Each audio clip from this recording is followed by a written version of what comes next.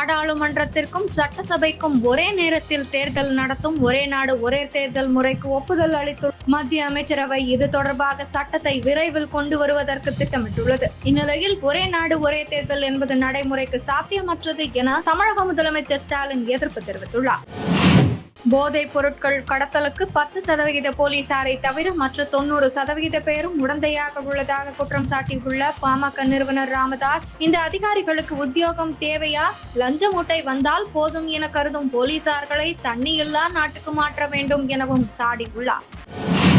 சென்னையில் 8 லஞ்ச ஒழிப்புத்துறை அலுவலகங்கள் இருந்தும் கடந்த 3 மாதங்களாக ஒரு FIR கூட பதிவு செய்யப்படவில்லை என்று குற்றம் சாட்டியுள்ள அறப்போர் இயக்கம் முன்னாள் அமைச்சர் SP வேலுமணி மீது அடுத்த 2 மாதங்களில் குற்றப்பத்திரிகை தாக்கல் செய்யப்படுமா என கேள்வி எழுப்பியுள்ளது. காபி பொடி தூக்கத்தை கலைத்தது. 2018ஆம் ஆண்டு நவம்பரில் அறப்போர் இயக்கம் கொடுத்த புகாரை அதிமுக ஆட்சியில் 3 ஆண்டுகள் இழுத்தடித்து, திமுக ஆட்சியில் 3 ஆண்டுகள் இழுத்தடித்து, கடைசியாக தற்பொழுது FIR போடப்பட்டுள்ளது. இனியும் தாமதிக்காமல் அடுத்த 2 மாதங்களில் முன்னாள் அமைச்சர் வேலுமணி மற்றும் சென்னை மாநகராட்சி அதிகாரிகள் மீது குற்றப்பத்திரிகை தாக்கல் செய்து அவர்களுக்கு தகுந்த தண்டனை வாங்கித்தர வழி செய்ய வேண்டும் என அறப்போர் இயக்கம் குறிப்பிட்டுள்ளது.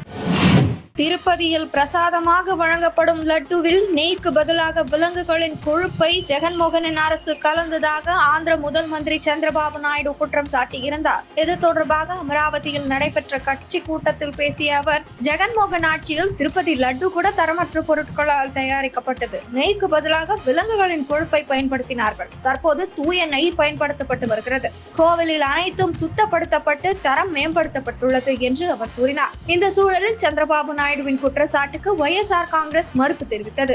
இந்நிலையில் திருப்பதி லட்டுவில் மீன் எண்ணெய், மாட்டு கொழுப்பு உள்ளிட்ட பொருட்கள் சேர்க்கப்பட்டிருப்பது பரிசோதனையில் உறுதி செய்யப்பட்டுள்ளதாக அதிர்ச்சி தகவல் வெளியாகியுள்ளது. திருப்பதி லட்டுவில் விலங்குகளின் கொழுப்பு குறித்து தேசிய பால்வள மேம்பாட்டு நிறுவன ஆய்வில் இந்த தகவல் தெரிவிக்கப்பட்டுள்ளது.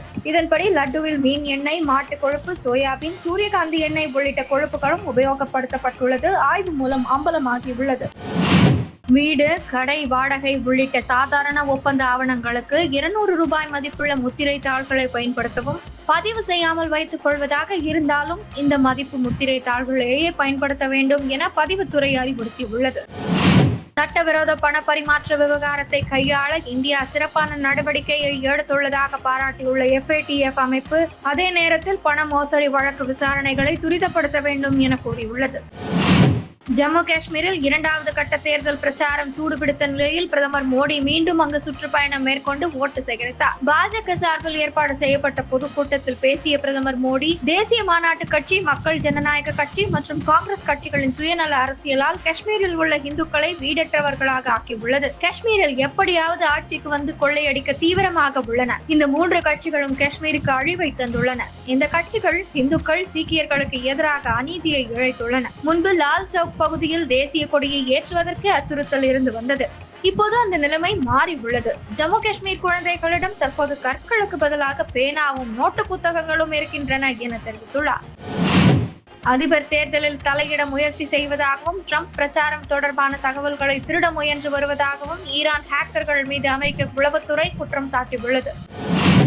ஜம்மு காஷ்மீர் விவகாரத்தில் காங்கிரஸ் மற்றும் பாகிஸ்தானின் எண்ணமும் ஒன்றுதான் என பாகிஸ்தான் பாதுகாப்புத்துறை அமைச்சர் கவாஜா ஆசிப் கூறியிருப்பது பெரும் பரபரப்பை ஏற்படுத்தியுள்ளது. தனியார் தொலைக்காட்சிக்கு கவாஜா ஆசிப் அளித்த பேட்டியில், ஜம்மு காஷ்மீர் தேர்தலில் வெற்றி பெற்று ஆட்சியை பிடிக்க காங்கிரஸ், தேசிய மாநாட்டு கட்சி கூட்டணிக்கே அதிக வாய்ப்புகள் உள்ளன. ஜம்மு காஷ்மீரில் சட்டப்பிரிவு 370 மீண்டும் கொண்டு வர வேண்டும் என்ற நோக்கம் பாகிஸ்தானை போல தேசிய மாநாட்டு கட்சி, காங்கிரஸ் கூட்டணியிடமும் இருக்கிறது என கூறியுள்ளார். சர்வதேச மாணவர்களுக்கான படிப்பு அனுமதியை மேலும் குறைக்கப்பட்டுள்ளதாக கனடா நாட்டு பிரதமர் ஜஸ்டின் ட்ரூடோ அறிவித்துள்ளார். இது தொடர்பாக சமூக வலைதளத்தில் ஜஸ்டின் ட்ரூடோ வெளியிட்டுள்ள பதிவில், சர்வதேச மாணவர்களுக்கான படிப்பு அனுமதியை கனடா அரசு இந்த ஆண்டு 35% குறைக்கிறது. 2025ஆம் ஆண்டு மேலும் 10% குறைக்கும். குடியேற்ற முறையை தவறாக பயன்படுத்தி மாணவர்களுக்கு அனுமதி வழங்கினால் கடுமையாக நடவடிக்கை எடுக்கப்படும் என குறிப்பிட்டுள்ளார். ஏற்கனவே கனடாவுக்கு குடிபெயரும் தற்காலிக வெளிநாட்டு ஊழியர்களின் எண்ணிக்கையை குறைக்க அந்நாட்டு அரசு முடிவு செய்து பல்வேறு நடவடிக்கை எடுத்து வருகிறது என்பது குறிப்பிடத்தக்கது.